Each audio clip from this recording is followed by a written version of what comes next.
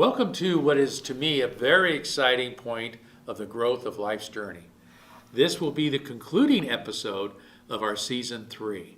And season 3 has been truly a labor of love, especially with Sean and I trying to get these things banged out as we do in between our conflicting schedules and our just living the life, okay?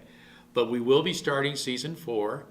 Sean and I will sit down and talk about that this fall, and we'll be kicking out some additional shows to you. But right now, this will be the last episode, and I'm happy, not because I don't like doing these shows, but it's such, to me, a big achievement to realize that we've done almost 20 Life Journey shows from its creation a few years ago. So this will be our final episode in season 3. Welcome aboard.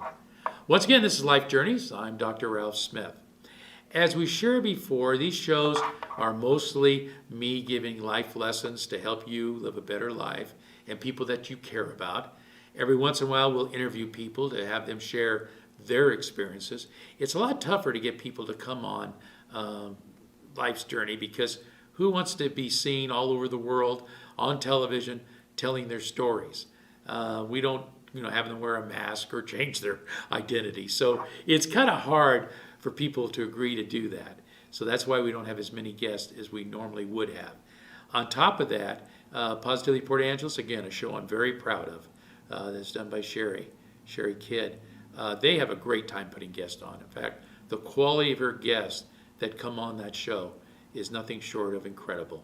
And believe me, folks, and I know this sounds like self-promotion, but that show is a true award winner. If you ever want to know about all the things involving Port Angeles that can apply to you, and realize that people travel from all over the world to come to Port Angeles and then to be able to visit Victoria, Canada. So in the summertime normally, especially now as we get back to normal, but boy, seeing these rental car license plates, seeing these out-of-area license plates on behalf of a taxpayer of Calhoun County in the city of Port Angeles, we welcome you. Okay, enough with those kind of prompts. Once again, I want to remind you again, if you want to access our show anytime, you tune into Papa, which is here in Port Angeles, and that's channel 120 on Wave Broadcast. If you'd like to watch this program and you happen to be in Thurston County, you tune in to Comcast, great company, Comcast/NBC, and we're on channel 22 there. So feel free to watch our shows, and we have scheduled shows there. We're always available on YouTube, so if you watch YouTube or you watch Apple TV or any of those things, simply in the search mode, put in Life's Journey with Dr. Ralph Smith or Positively Port Angeles with Sherry Kidd, and Kidd is spelled with 2 Ds, Kidd, and you can watch it at your leisure. And if all that is too much work for you and you don't want to go to all that effort, then all you have to do is go to our website. We maintain all of our shows on the website, and we give you free access to it. If you want to record them, that's perfectly okay with me, and I kind of own the place, so don't worry about that. And the way you access the website is www.jennymwellness.com. And once again, Jenny is Ginny, wellness.com. And so you can watch it anytime at your leisure, and feel free to record those shows. We are honored by the fact that you take the time to record them. Okay, let's jump into Path for Happiness. I talk a lot in the seminars and working with the many patients that I've worked with in 32 years of practicing as a psychologist. Happiness is the foundation of life. You know, folks, you have people who live life and they just live it to survive. And they live in a reactionary mode, which we've shared in previous shows. Your success rate of making the right decisions is 1 in 4. And as I always joke about, and the Mariners are getting tired of this, Seattle Mariners, the baseball club, is the only thing good about 1 in 4 is if you play shortstop or second base for the Seattle Mariners, because that's a pretty good batting average, 250, if you're in those positions. Well, you're not playing baseball for the Seattle Mariners, most likely. And if you are, thank you for watching the show. So life, you need to be more around that 80%, 90% factor of getting it right. And if you get it wrong, that's when you pick up the phone and you call the agencies in your area or old Dr. Ralph or whatever the case might be. And Sean always puts our phone numbers at the end of the shows, and then we'll be more than happy to help you. But the reality is, hit life with the attitude that you want to be 80 to 90% correct. Don't make it a 100% goal, because that's unachievable, and then you're going to be frustrated. I don't want you frustrated. I don't want you depressed. So be reasonable, make it an 80, 90% goal, and everybody will be happy. Well, let's get into what it is to have a path for happiness. I wrote a book, and it's not even in print anymore, talking about the search for happiness. It talked about the search about not living life in the rearview mirror, which you can watch that show also, season 3, episode 1. And it was all about life experiences of me properly preparing my patients and clients to live life to its fullest. Because I've stated earlier in other shows, we're never guaranteed a big, long life. I sometimes look with amazement. I'm 68 now, and I look in that medicine cabinet mirror, and I just say, what happened? I mean, all over our home, there's pictures of us in our youth and when we were dating in high school, Linda and I, and the different pictures when the kids were born and raised. And I look in that mirror and I say, my God, what happened?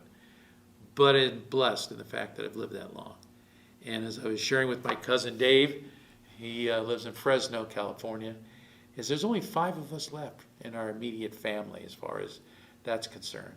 And it really strikes home the fact that when you lose uncles and aunts and you have your parents take the express upstairs, hopefully, that all of a sudden you stand alone.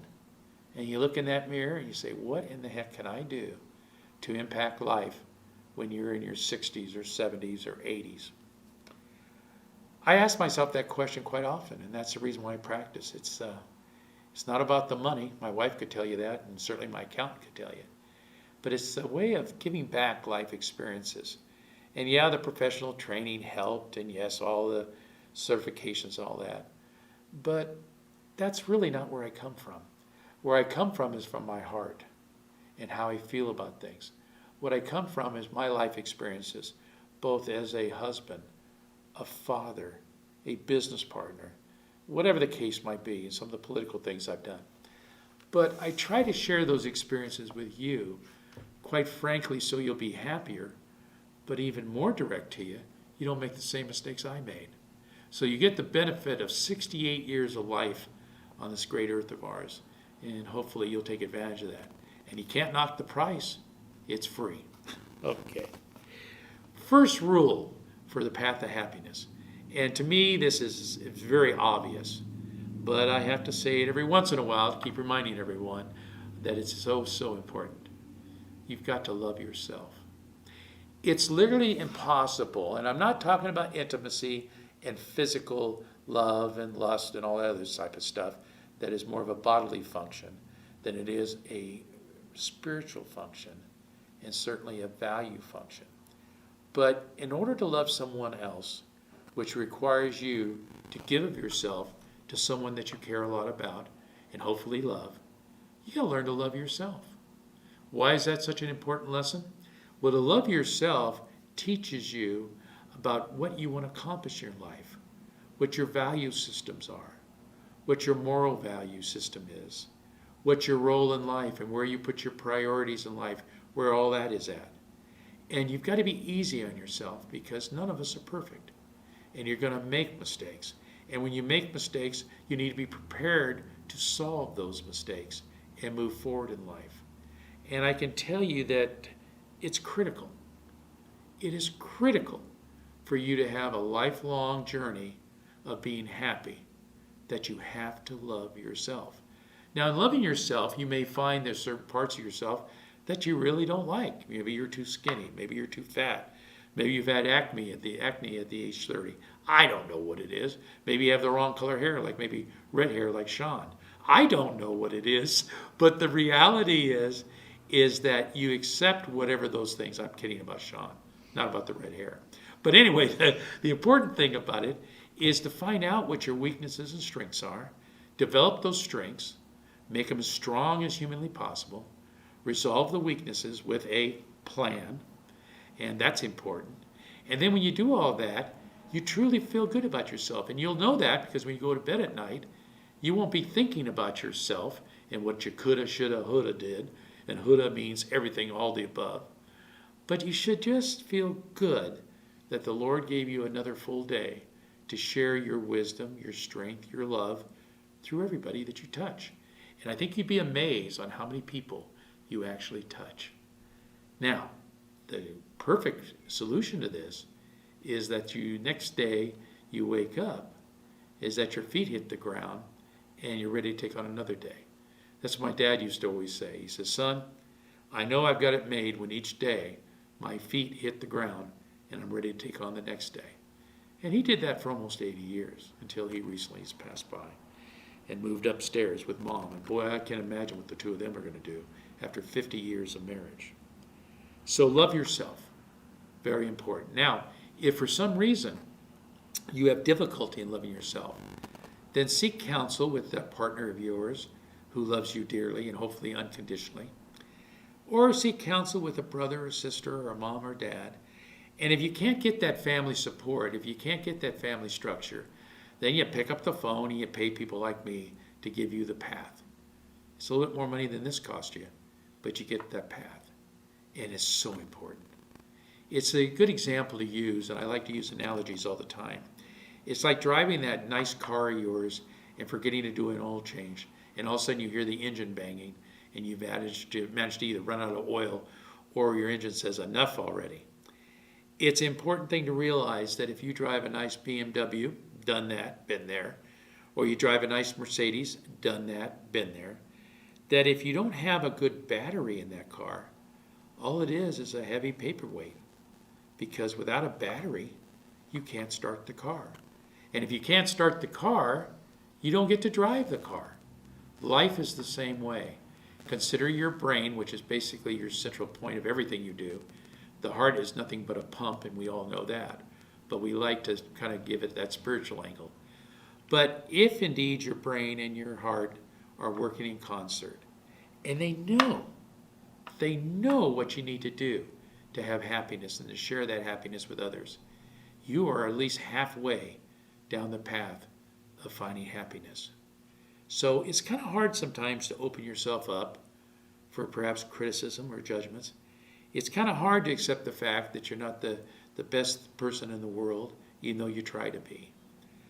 A lot of people get strengths from their spiritual relationships that they have, not only with their church and their religion, but the church family that comes with part of the deal.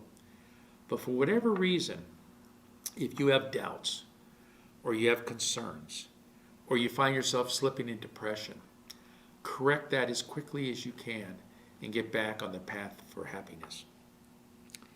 Depression is a tough issue, and most people have felt certain degrees of depression. And if it's not cured at the right time, and I've been involved in dealing with patients this way, then it becomes suicidal. And there's no greater tragedy at all than someone who decides to take their life. And you don't want to be one of those people and leave those people behind you wondering what it could have been if you decided to tough it out. So be strong, find that road to happiness, and when you find yourself getting slightly off the path of happiness, make a special effort to getting back on the path of happiness so you go forward. It's not like driving a car in a road where you have to, quote, stay in your own lane. It's like a road that only has one lane. You're in it, and you drive right down the middle of that lane. You don't get too far to the left. You don't get too far to the right. You just live life to its fullest. And when you go to bed at night, and based on your own spiritual guidance and your background, thank the Lord above, or your power of above, for giving you an opportunity to share your life with the day. The most important rush that I ever get is not out of my checking account or my savings account or Linda giving me a few extra bucks to spend. My greatest thrill is when somebody walks up to me and makes a genuine comment to the fact of putting their hands or arms around me and say, Doc, you saved my life. You turned my life around. And the rush that gives me is more than a rush of getting $1 million check, because it fulfills my mission in life to give back. Enough about me. Let's go ahead and take one of our quick breaks, and when we get back, we'll finish our discussion about Path for Happiness. You're tuned in to Life's Journey with Dr. Ralph Smith, and I'll be right back after this.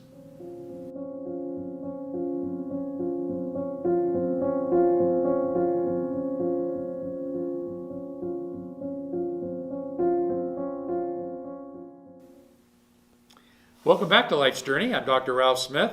Did you miss me during that brief period of time? Did you take some good notes? Did you already turn the TV off? Because if you did, you're not watching the rest of the show. So I'm glad you're still with us.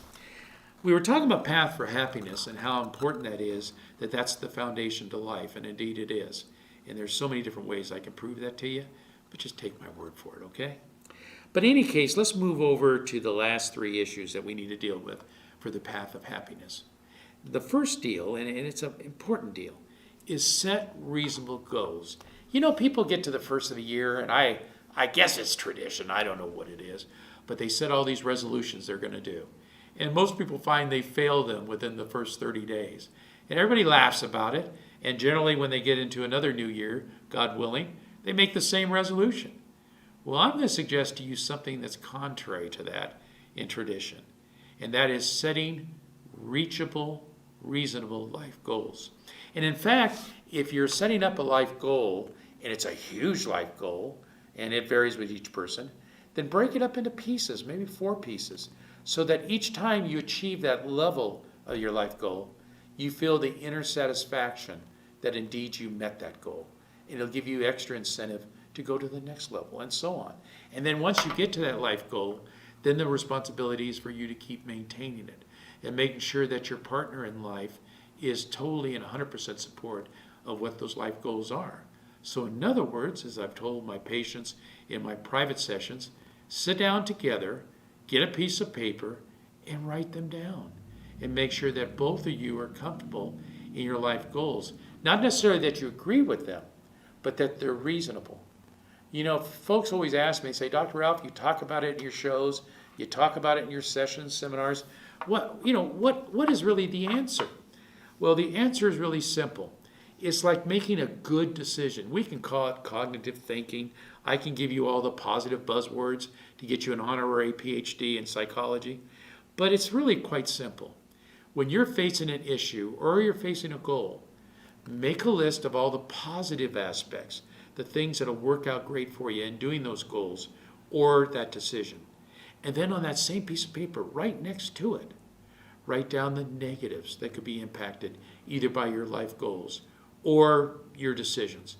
And if you find that the positives far outweigh the negatives, both in terms of numbers and impact, then you've got a good decision. Or in our discussion today, you got a good goal. Go through it, follow through with it, and make it a building block of your new foundation. In addition to setting reasonable goals, and I know that sounds so simple to do, but when you sit down with your significant other, you find it's maybe more complicated than I'm leading you to believe. It's important to explore your partner's needs.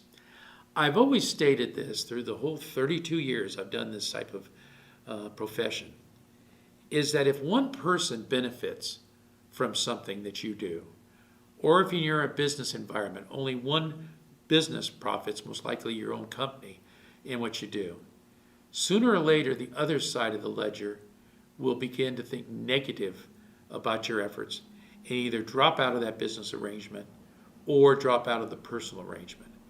And you'll be shocked. You'll say, well, what did I do wrong? You know, I did everything I was supposed to do in business, or I did everything I was supposed to do in person. What did I do wrong? What you did wrong is you didn't leave enough in the game so that both people would benefit. Whether it be a business relationship, that your partner in business, and I'm talking about another company, benefits as well as you benefit. And if it ever gets to be one-sided, the one that's not getting the fair side of this will depart the scene. Trust me. I had a corporate life before I became a doctor, so trust me on that.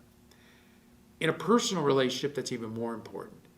You know, one of the big problems I have when I counsel couples and they're heading toward divorce or heading toward separation is the fact that the party that's been harmed, which we'll call that the negative in this, make the same comments over and over again. And unfortunately, most of the cases, it's the female side of the ledger. Men say this too, but they don't actually say it out loud. But they say, you know, I love this woman. She means the world to me. She's had my children. But she doesn't seem to appreciate what I do. I mean, after all, you know, if I hadn't done this or I hadn't done that, we wouldn't have this. And there's the first mistake right there.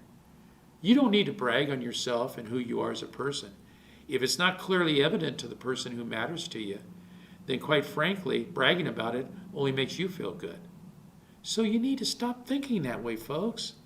I know it's in our nature as human beings to do that. And it's something you got to fight, just like smoking cigarettes. You generally don't stop just on a whim. It's a concentrated effort. Maybe you see those commercials where those people are dying at a young age, or see the horrible impact it's had on their physical body to smoke. And maybe that's enough to give you the incentive to go and live a cleaner life or a better life without those dangers of society. But in personal relationships, if you wait till then, most likely it's gone. Now, you might think, well, he doesn't know what he's talking about, He's been married for 48 years. He married his sweetheart out of high school. What does he know? Well, I know a lot of things, and this is one thing I know for sure because I've had to deal with it a lot in 32 years. When I talk to women who are going through the post-relationship part of couples relationship, their explanations are always the same. Their explanations are, I don't feel that my partner thinks that I'm important to him anymore. Or he's never home. He's working all the time. And of course, if he or she's working all the time, their justification is, well, I'm making money. That's what keeps the mothership alive. It might keep the mothership alive financially, but it doesn't take care of the emotional stuff. There'll be comments made, he doesn't spend time with the kids. He works 6 days a week, and then when he's not working, he falls asleep in his favorite recliner holding a remote control. Been there, done that, folks. And these are the things that come out. They talk about the fact, and I'm trying to keep this a PG show, they come out the fact that they're not appreciated as a person as much anymore. That the quality of the intimacy and the quantity of the intimacy falls off dramatically after they get married or make that significant commitment.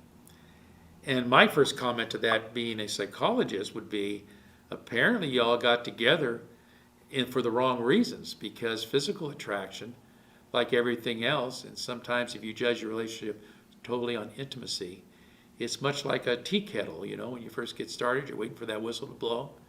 And then when it blows, boy, you're ready to make your tea. And I know that ages me out there, but folks, that was before microwaves, okay? Guys and gals, explore your partner's needs. Listen to what they say.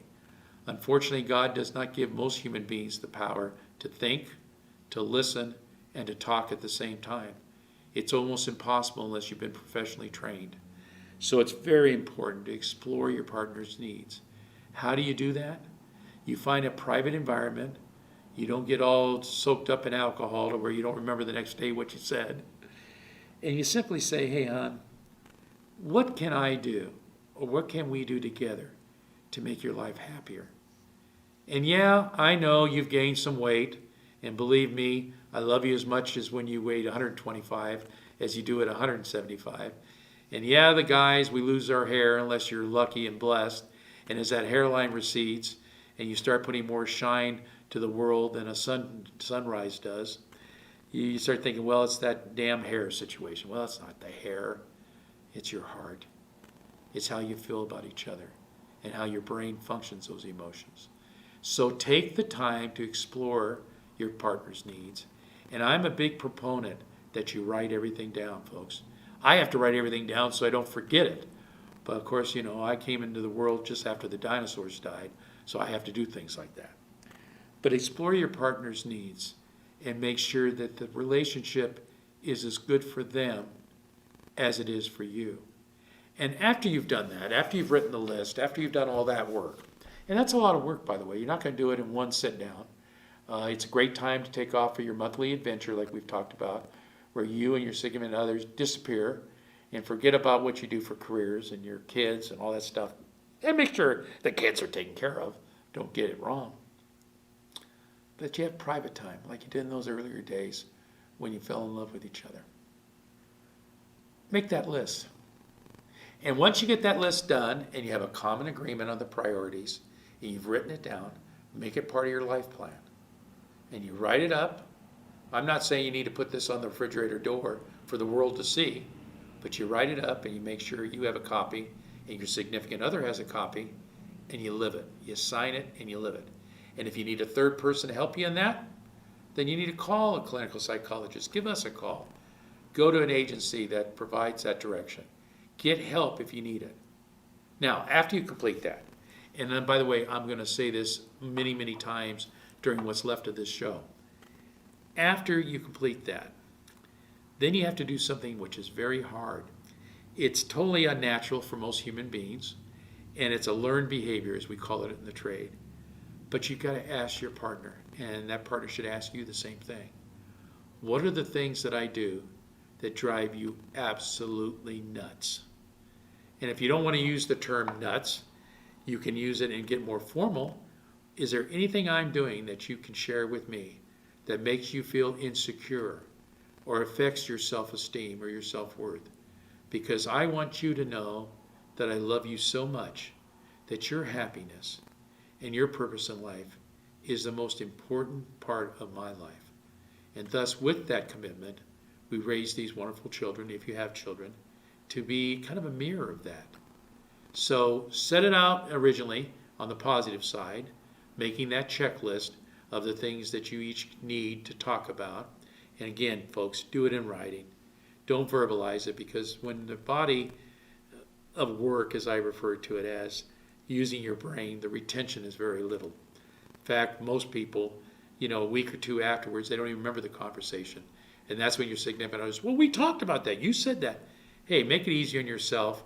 Get a pen that has some ink in it, a nice piece of paper, write it down, and then both of you sign it. And I know that sounds formal, and I know it seems unnatural, but it's never a question, because then when you get in those discussions, before you pick up the phone and pay me $200 or $300 an hour, you say, well, hon, remember we talked about this, and this is what you said we should do. And here, I have it right here. And then all of a sudden you don't have to make that phone call, and you save that money, okay? When you do all of these things, and it's very important that you do both the positive and the negative, the last piece of this, which is very, very important, is you make a checklist. And you say, okay, I know I'm, to recap, I know I'm going down the path of happiness. I know what happiness means. I've set my reasonable goals like Dr. Ralph talked about. We've sat down and talked about exploring what our partners think. All that work's been done, and that's a lot of work. But you're not done yet. That's why you read a book from the front cover to the back cover. You don't do it in reverse. Life issues and life plans are exactly the same thing. You make a checklist, and you break it down by each partner. Now, there'll be a case where you'll have your partner here, you'll have yourself here, and then you'll have a bottom line that says joint. That means you and your partner both do it, okay? That's simple enough. And you make a list of the items that are critical to your relationship as lovers, as partners in the relationship. You make a list of things that's important in raising your children, setting the right examples. Who's going to pick up Johnny at soccer? Who's going to, pick up Sally at gymnastics? Whatever the case might be, but get it finite so you can count on each other. And folks, I know you're going to say, well, we have cell phones and I can call somebody. You don't know what that person's doing. I use a speakerphone throughout my stereo when I drive a lot in my car, just so I can talk to someone and not do something dangerous to kill some other family going down the road. And if it's something really intense that I really got to think a lot about, I pull off the road and I park safely so I can finish the conversation. That's why they have laws about stuff like that. So what I want you to do is to make that list. Discuss it with your loved one, and visit that list about every 3 months to make sure that each of you guys are meeting the criteria of the list. And I guarantee you the formality of making the list will be quickly forgotten in the fact of how happy and the better life you live. That's where that's at. So I hope you follow these checklist requirements. I hope you've listened to the parts of the show that define the path to happiness. And more importantly, it's great to be happy, because when you get older, that's what gives you the fond memories of why you've worked so hard in your life to be happy. On behalf of the Jenny Marie Wellness Centers, and certainly all of us at Alpine Productions, I thank you for tuning in, and I hope you find positive use to all the things I've shared with you. And we look forward to you joining us in Season 4. Take care of one another, and God bless.